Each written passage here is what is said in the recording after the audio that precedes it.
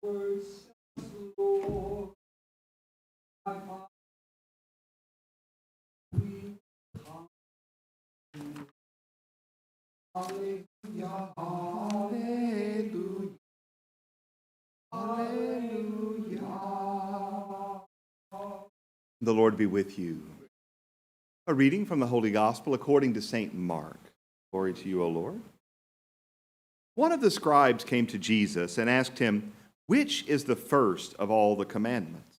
Jesus replied, "The first is this: Hear, O Israel, the Lord our God is Lord alone. You shall love the Lord your God with all your heart, with all your soul, with all your mind, and with all your strength. And the second is this: you shall love your neighbor as yourself. There is no other commandment greater than these." And the scribe said to him, "Well said, teacher. You are right in saying he is one and there is no other than he. And to love him with all your heart, with all your understanding, with all your strength, and to love your neighbor as yourself is worth more than all burnt offerings and sacrifice." When Jesus saw that he answered with understanding, he said to him, "You are not far from the kingdom of God." And no one dared to ask him any more questions. The Gospel of the Lord.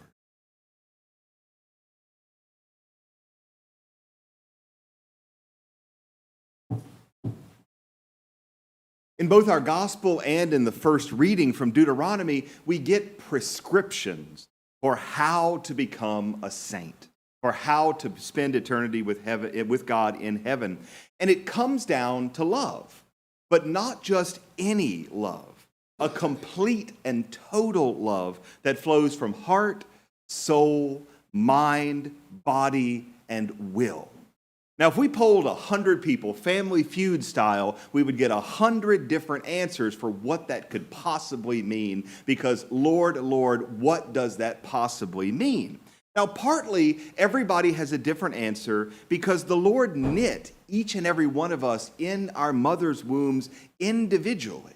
And so there is not any one way to do or to be a body, soul, mind, and strength. Even more, though, it's because those grand ideas, heart, body, soul, and mind, because it's an example-driven education. In Roman schools, too, they taught mostly the histories of great men and women of Rome. That was what they learned from. That's how they absorbed information. And it's why we as Catholics give so much attention to the lives and the examples of the saints.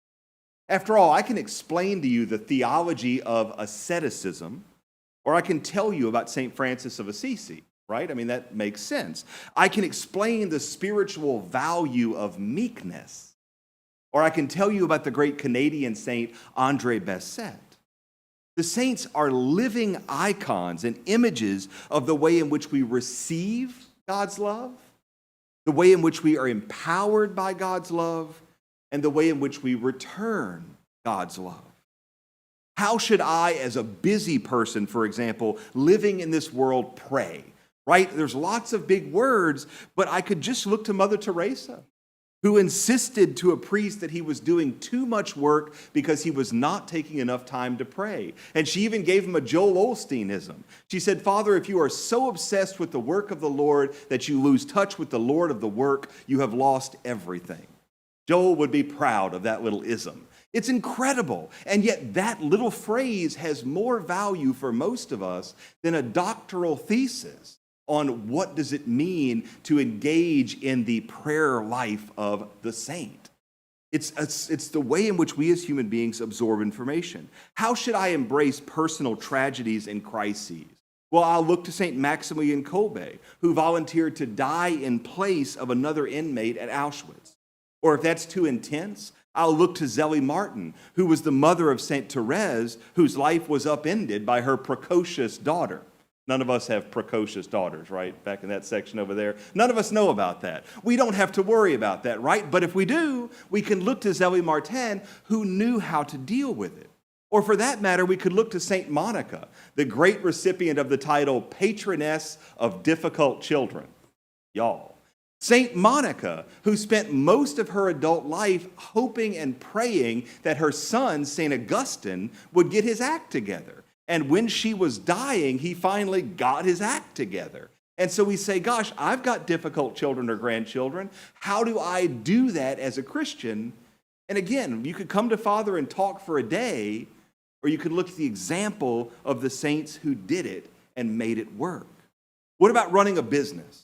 Well, we've got Joseph the carpenter, we've got Paul the tent maker, we've got Matthew the tax collector / accountant, we've got Peter the fisherman, but we've also got blessed Joseph Viveau, who ran his family's winery and his almond orchard.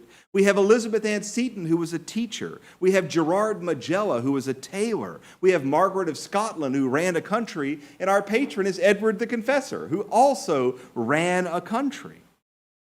You're a widow or widower? You're anxious or overwhelmed? How do I love the Lord with a serious illness? I'm worried for my kids or my grandkids. I'm worried about the state of my nation or my community or the church as a whole.